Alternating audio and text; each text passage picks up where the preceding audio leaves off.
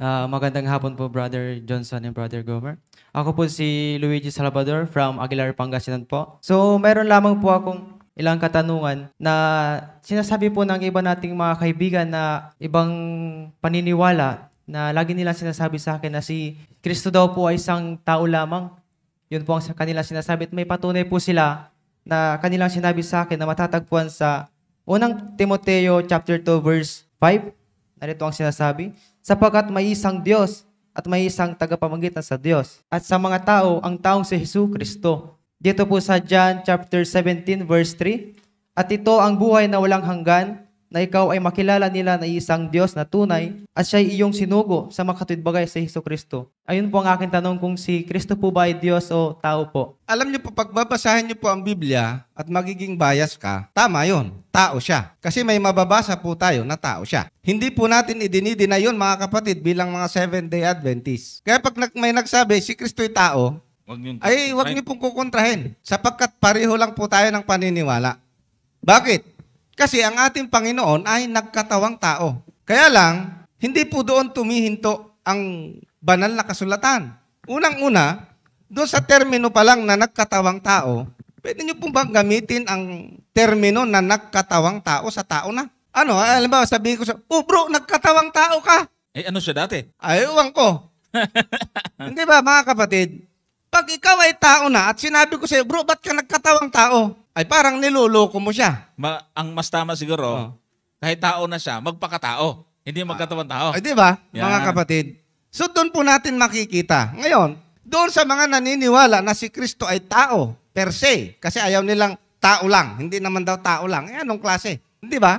Ang ibig sabihin po natin doon sa tao lang, ang ibig sabihin, wala na siyang ibang kalagayan kundi tao. Ngayon, ang question po dyan, mga kapatid, kung tao lang si Kristo, kailan siya nag-exist? Di ba? Kailan nag-exist ang ating Panginoon? Kung tatanggapin mo na si Kristo ay tao, dapat tanggapin mo rin na siya ay nag-umpisa lang siya nung ipanganak ni Maria. Hindi ba, mga kapatid? Kaya lang, kung babasahin natin ang Biblia, ay hindi po sa pagkapanganak ni Maria siya nag-umpisa. Bakit? Ay sabi nga ni Juan hindi ako karapat dapat magtali ng kanyang sandalyas. Bakit? Sapagkat siya'y nauna sa akin. Kung maniniwala ako kay Juan, ano ka ba naman, Juan?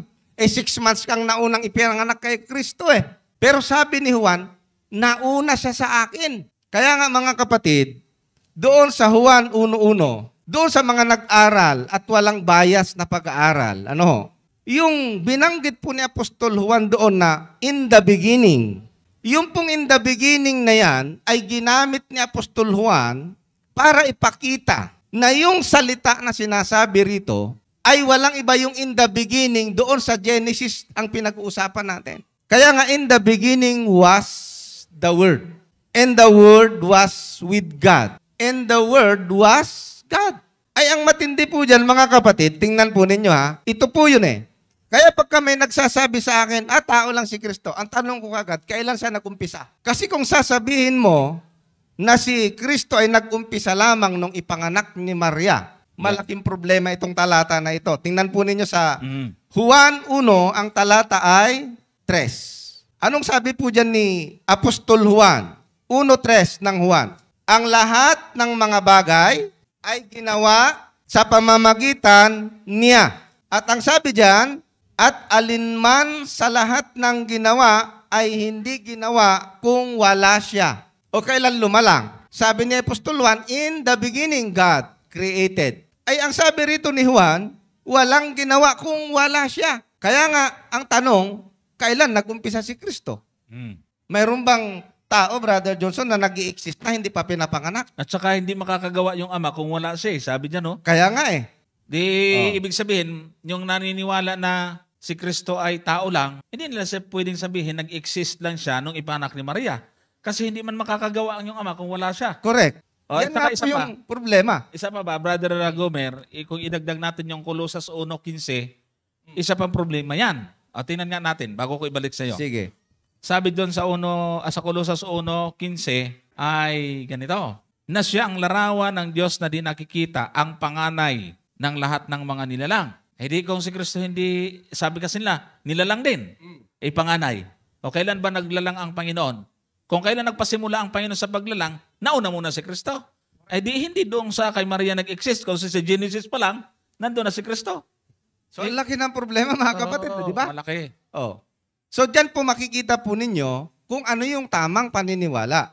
At ang matindi dito, Brother Johnson, kung itutuloy ko pa sa 4 yung yung Juan 1, tingnan po ninyo, nasa kanya ang buhay. Eh, meron bang tao na nasa kanya ang buhay? Yung buhay na tinutukoy dyan, eternal life yan eh. At ang buhay ay siyang ilaw ng mga tao. At tingnan po ninyo sa Gis, talatang Gis, Brother Ervin. Ang sabi sa Gis, sabi niya, siya'y nasa sanglibutan. Aba, siya'y nasa sanglibutan at ang sanglibutan ay ginawa sa pamamagitan niya. Paano po natin ipapaliwanag ito, mga kapatid? Kung hindi po tayo maniniwala na si Kristo ay Diyos bago po siya magkatawang tao. Oh. Yan po yun. Kaya nga tama si Tomas Panginoon ko at Diyos ko. Noong una, nagulat. Nung medyo nahalata nila Brother Johnson na talagang hindi uubra yung nagulat, aba yung pangalawa, absent na. Yung buti sana kung siya yung nag-check ng attendance. Di ba? So, yun po yung nagiging problema dyan, mga kapatid. No?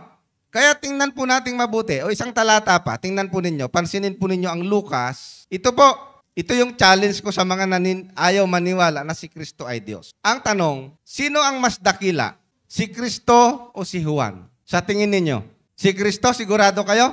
Oh, sino po ang mas dakila? Si Kristo o si Juan? Sigurado po kayo?